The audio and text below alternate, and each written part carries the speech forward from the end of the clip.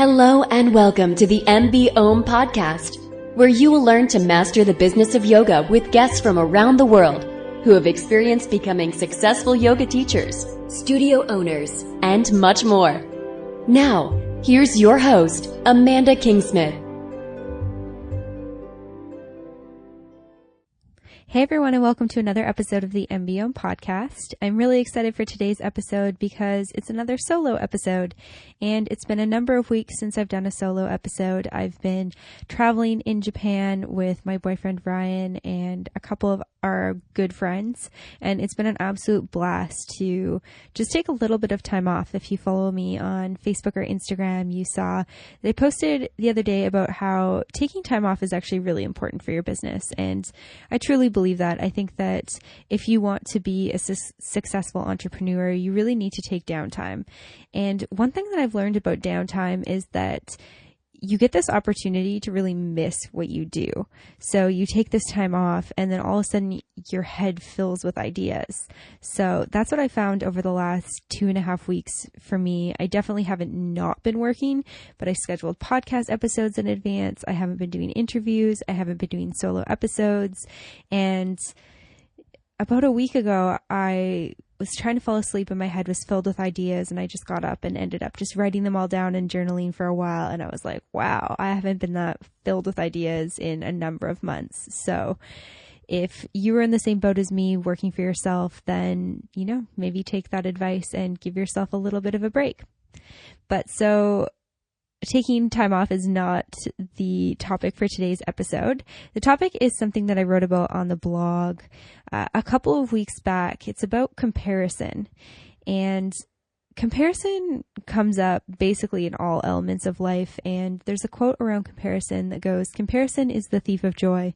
And I really think that comparison can be the thief of joy, because you can be really proud of something that you do, and then you can turn around and compare it to somebody else's progress or to something that somebody else is doing, and all of a sudden feel not so great about it. So I think that a really obvious example of that is, say, a fitness or a weight loss program. So say you set out to lose 10 pounds, to tone up, you have this whole plan, you change your diet, and you go about and you do that and you get the results that you want. And then maybe you're talking to your friend who's like, "Oh yeah, that's great. I did, kind of the same thing, but I worked out 6 days a week instead of 5, and I lost 15 pounds instead of 10. And, I've gone down 2 dress sizes or 2 pant sizes." And all of a sudden you feel kind of like, ugh, well, that kind of sucks. And you could look at it 2 ways. I mean, you could look at it from the perspective of, oh, that person should stop showing off, but everyone should be proud about the things that they accomplish. I think it's more about looking at it from your perspective. You can take that as, wow, that's amazing. Good for you for accomplishing that goal. Or you can turn around and be like, oh, they're better than me. They did something better than me, and compare your progress to theirs.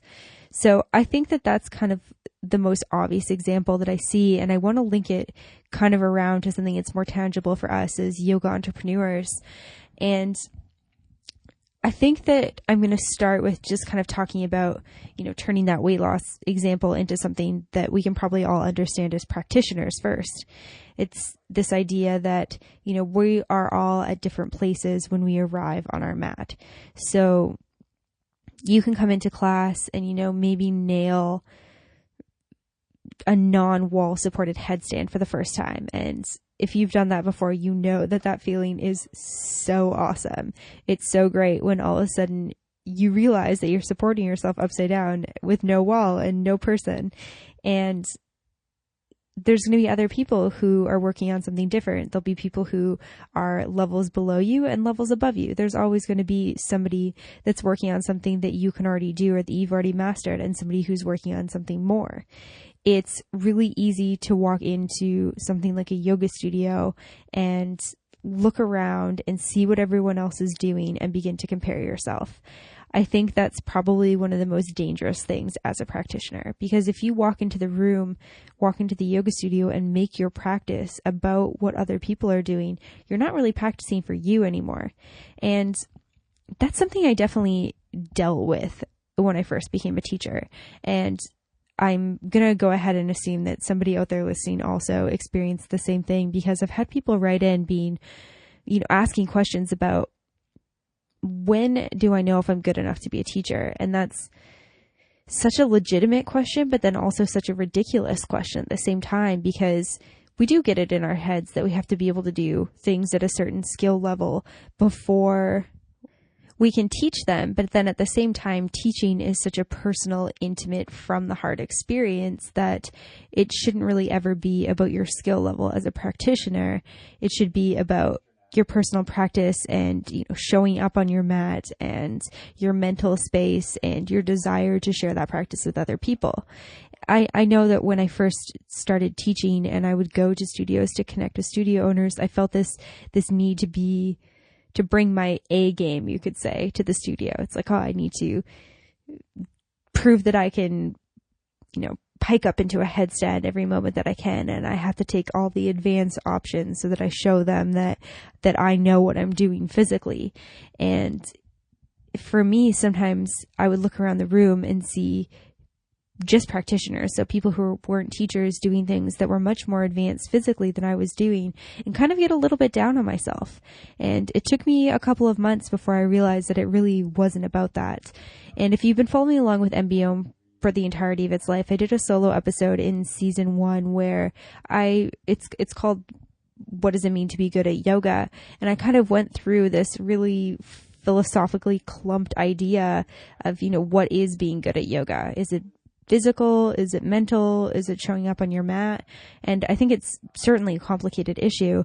And that kind of wraps around back into this idea of comparison, because we get this idea of, the certain threshold of what it means to be good, and then we compare along those lines. And if we begin comparing ourselves, our physical practice, to other yoga teachers, maybe we'll get better, quote unquote, but we may also not thrive in our teaching environment, because you might get this idea that you're not ready because you can't do a certain pose, because you can't put your foot behind your head or something like that. And to me, that's a really sad thing, because if you have done a teacher training and you feel that there's something that you want to share with people, I think you should definitely go out there and share. So that's the first element of comparison that I want you to consider in your life. When you show up into the room, into the yoga studio as a practitioner, are you looking around? Are you watching other people? What sort of self-thoughts are you having? What's your inner dialogue like when you are there as a practitioner? Because I think that there can be this pressure on us as teachers to show up and be good, to prove that we are legitimate enough to teach that art, to teach the practice of yoga. And that can be a really dangerous thing. So just the first point to consider. And then the second thing I want to talk about dives into a little bit more about what my blog post was about. So I did a 3-part marketing series where I talked about websites and social media and how to choose what you want. And something that I think that comes up with around that topic is comparison, because oftentimes we'll look at other people's websites to get inspiration. We'll look at other people's social media accounts to get inspiration. And then it's really, really easy to compare. It's really easy to look at somebody else and be like, oh, well, they have 7,000 followers and I only have 700, or I only have 400. What's wrong with me? What am I doing wrong? Why am I not good enough? All these questions that go through our heads that kind of discredit us as yoga teachers and business owners. And I've definitely experienced them, which is why I wanted to talk about this. And the reason why this kind of came up for me is many of you may know that Yoga Girl released a podcast a couple of weeks ago, and she released this podcast, and I love her. I've been following along with her for a couple of years now, and I've been completely obsessed with her Instagram stories since she had her baby. And I was like, oh, cool, she released a podcast. And then she starts posting about how, it's #1 in the health and wellness category. Oh, it's made it to the front page of all podcasts. Oh, she's made it to the top of all podcasts ever on iTunes. And I was like, damn, that's so frustrating. I've been podcasting for, over a year with MBOM, close to going on 3 years with my travel podcast, The World Wanders. And certainly they do well, but not that well. And I was like, maybe I should just give up. Maybe I should just stop. I'm never going to be Yoga Girl because I don't have 2 million followers on Instagram. And, she can just release a podcast and have a sponsor right away and be making money off of it and have all these listeners and all these really great positive reviews. Maybe I should just stop. Then I thought to myself, man, that's like what I talk about with my readers and my listeners as business owners. That's so, so dangerous. And so I journaled about it and I thought about it a little bit and I was like, well, I really like this podcast. I've listened to all the episodes. It's really interesting. Her authenticity and her stories are amazing. She's so much great stuff to share from her experience as a yoga teacher and an entrepreneur. So if you're not already listening to it, you should go listen to it. And then I kind of reframed my thoughts to, well, her audience is yoga teachers and my audience is yoga teachers. And something I've struggled throughout the entirety of the life of MBOM is so many yoga teachers are like, what's a podcast? Where do I find a podcast? What's this thing you want to interview me for? What's this thing you're telling me I should go check out? Wait, how do I get it? And I thought, if Yoga Girl has a top podcast and yoga teachers like Yoga Girl, that means yoga teachers and yoga practitioners are going to get into podcasts, which is actually really great for me. And I completely reframed it to this whole different perspective. And so that's what I really want to talk about today, is that comparison can be really, really dangerous in this idea of, this person is better than me, therefore I should not do this. But then thinking about the other opportunities that are around that. So if you see a website, for example, and you think, wow, that person's website is so good and it makes me feel really bad about mine. Well, maybe you don't actually love yours that much. Maybe it's time for a revamp. And in fact, that happened to me this year. I really liked my website when I first started last year. And then I interviewed Danielle Joseph from Your Yoga Brand, and she has the cleanest branding. I mean, obviously she's a brand expert, which is why she does an amazing job at her website. And I was like, damn, her level of professionality, if you pull up her website beside my old website, it's like mine looks like a child made it. And so for the 1 year anniversary of MBOM, I was like, I'm going to give MBOM a makeover. Does my website look as good as hers? I don't know. Maybe, maybe not. I would probably lean towards no, hers still looks better and cleaner, but I'm really happy with mine. I did it myself. I feel like it conveys the messages that I want. I feel like it shows the images a little bit better than my other one did. I feel like it's cleaner. It's more, I guess, the look that I was wanting when I decided to redo my website. And so I feel really happy with it. That could have easily been this, oh, I don't like my website. I don't have money to pay Danielle to redo my website. So, my website just sucks and my business is going to fail. Instead, I took it as this opportunity to, kind of turn in and be like, well, if I'm comparing my website to somebody else's, maybe I'm not that happy with my website. And it turned out that I wasn't that happy with it anymore. I just felt like something different.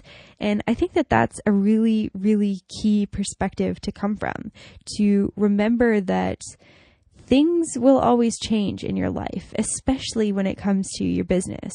And if one day you wake up and you're thinking to yourself, I hate this logo, change it.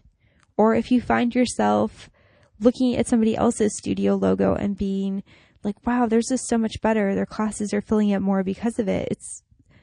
Maybe it's that, but maybe it's not. Maybe it's that you don't really like your logo and then you're bringing kind of a sour energy into the room, and that's, people are picking up on that.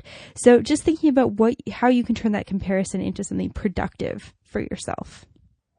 And so I think that is really the key in my opinion onto how to prevent or stop comparison happening in your life. Because it's one thing to look at your life and identify these areas being like, okay, yes, I compare myself in my yoga practice because I feel unconfident as a yoga teacher and I feel like I need to prove myself. Okay, great. We can work with that. Or I feel unconfident with my business because I've never ran a business before and I'm really uncertain. Do I need business cards? Do I need a website? Should I launch on social media? Now I only have 200 followers. Everyone else has more. Should I just stop? It's identifying these things is great. We can work with all of that. But then there's this question of, what do we do? And how do we stop comparing ourselves? Because ending the comparison is something that I think all of us can relate to that feeling of. It's not a nice feeling to find yourself comparing yourself to somebody else and getting down on yourself.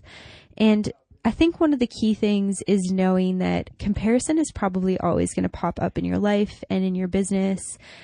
You see children do it. We do it from a very young age. We do it through school and we continue to do it as we're adults. So I think that number one is awareness, bringing awareness to it.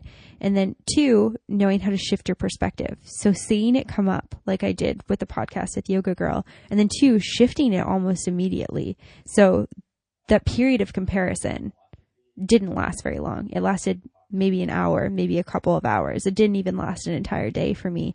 But I have actively worked on non-comparison in my life. It's something that I really struggled with a number of years ago. I struggled with it in my yoga practice, in things like running, in fashion, in my social life, with my body image.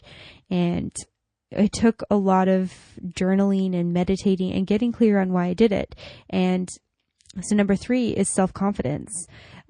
If you're comparing yourself a lot and you're finding yourself getting stuck in these ruts of comparison, shaming yourself, thinking that you're not good enough, you are probably suffering from some low self-esteem. And I've done an episode on yoga and self-esteem where I talked about how The 6 Pillars of Self-Esteem by Nathaniel Branden is one of the books that changed my life the most. And I've done it by audiobook. I've gone through it a number of times since I first discovered it back in 2014. And I think it's kind of one of those books that I'll come back every year and just kind of like flush out my self-esteem. And Nathaniel Branden talks about in that book about how self-esteem is constantly changing. And sometimes we have higher self-esteem in some areas at certain points in our life and lower self-esteem in other areas. So I think that even if you have high self-esteem, if you decide to quit your job to become a yoga teacher and you start this yoga business, so say you decide to delve into opening your first yoga studio and you have no experience running any type of business, you definitely don't have experience running a yoga studio, all of a sudden your self-esteem around that can feel really, really low, and you'll find yourself consistently comparing your ideas to other people's ideas, or going to yoga studios and comparing what you're thinking with what they're doing, or once you open, comparing class sizes. And that can come from just feeling a little bit uncomfortable and uncertain with ourselves.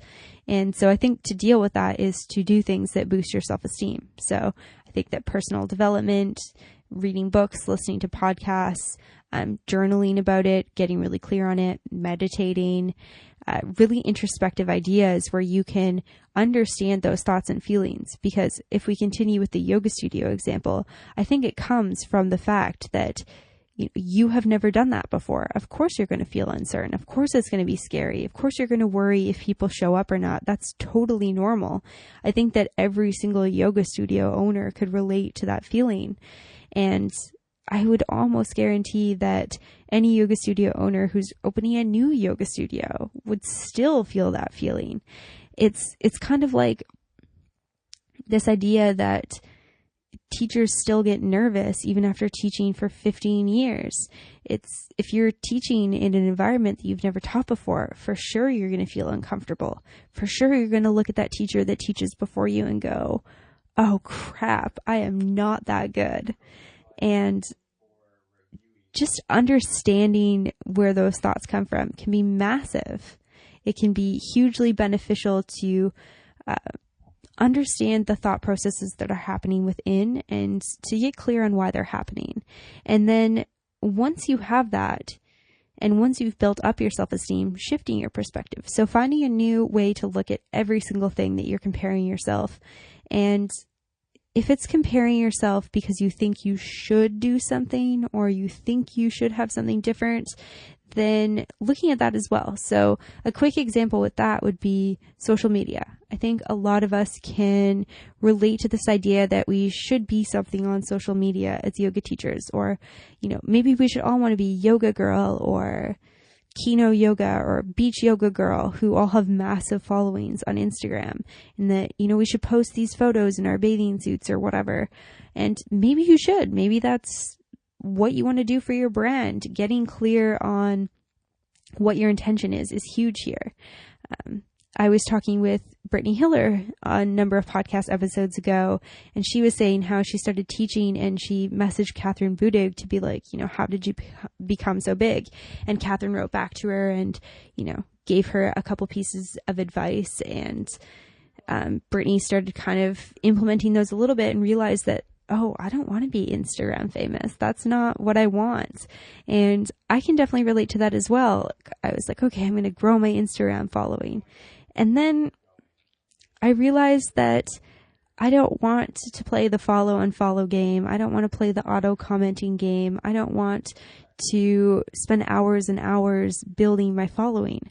I want the people who resonate and relate to the things that I'm putting out there, that I'm talking about, to organically enter my life. And I feel like that happens. Sure, my following is a lot smaller than a number of other yoga teachers or maybe yoga podcasts, but it is growing slowly and I'm happy with the growth that it's had. But it's taken me getting clear on what I want. So thinking about what you actually want. And if you want to be Instagram famous, there is absolutely nothing wrong with that. It's really important to know that when it comes to these concepts, they're not black and white or right and wrong. There's not one thing you should do or one thing you shouldn't do. You should really sit down and think about, what do I want out of my business? Where do I see myself in 5 years? Where do I see myself in 3 years and 1 year? What am I using social media for? What is my website platform serving me for? How is it serving my business? What do I want it to look like? What do I want people to feel when they arrive? Do I want it to look like this other person's? Do I want my Instagram account to be like this? Do I want it to be that big? Is this who I am? Do I want to put this image out to the world? Do I even care if I can do that yoga pose? Like, do you really care if you can put your foot behind your head? And if you do, that's amazing. Work towards that. You have a goal now. Strive towards it. Turn that comparison into something productive that you can work with. And if you don't care about that, then let it go, because it doesn't matter. And so I think that's the key to dealing with comparison. Is it's going to come up. It's going to be there. Learn how to cope with it, become more confident in yourself, and then understand where that comparison comes from and get clear on if it's something that you could turn into something productive or something that you need to just let go of. And I definitely want to acknowledge and let you know that I'm aware that that is way easier said than done. Please know that this is a practice, but if you're suffering from comparison in your life or in your business, know that you don't need to be suffering from this, and that there are ways to deal with the comparison, and there are ways to not compare yourself as much to other people, or to look at that comparison and turn it into something really great. So that's where I'm going to leave this today. Definitely head over to the blog, www.mbomyoga.com/blog. You can just click on the blog tab when you get to the website. There's a post there about how to practice non-comparison in our business. And it kind of ties in really nicely to this podcast episode and this topic that we're talking about today. And if you do have any questions or anything that you do want to chat about a little bit more one-on-one, definitely just send me a message at info@mbomyoga.com. On the same vein as that, if you have suffered comparison in your life and you have a different strategy or technique that worked for you that you want to share, same thing, shoot me an email, send me a message. I would love to hear from you. I always love hearing how other people deal with things in their life. And just as a heads up, I am doing a Q&A episode in a couple of weeks. So if you have any questions that you want answered or any questions that you think should be talked about, you can also message me. Once again, info@mbomyoga.com. You can also message me on Facebook or Instagram at Mastering the Business of Yoga. And if you're not already a part of the newsletter, you should definitely sign up and get involved. I send out newsletters about once a month, occasionally a little bit more than that. And it's the best place to find about everything new and exciting that's going on with MBO. As always, thanks so much for listening, and namaste.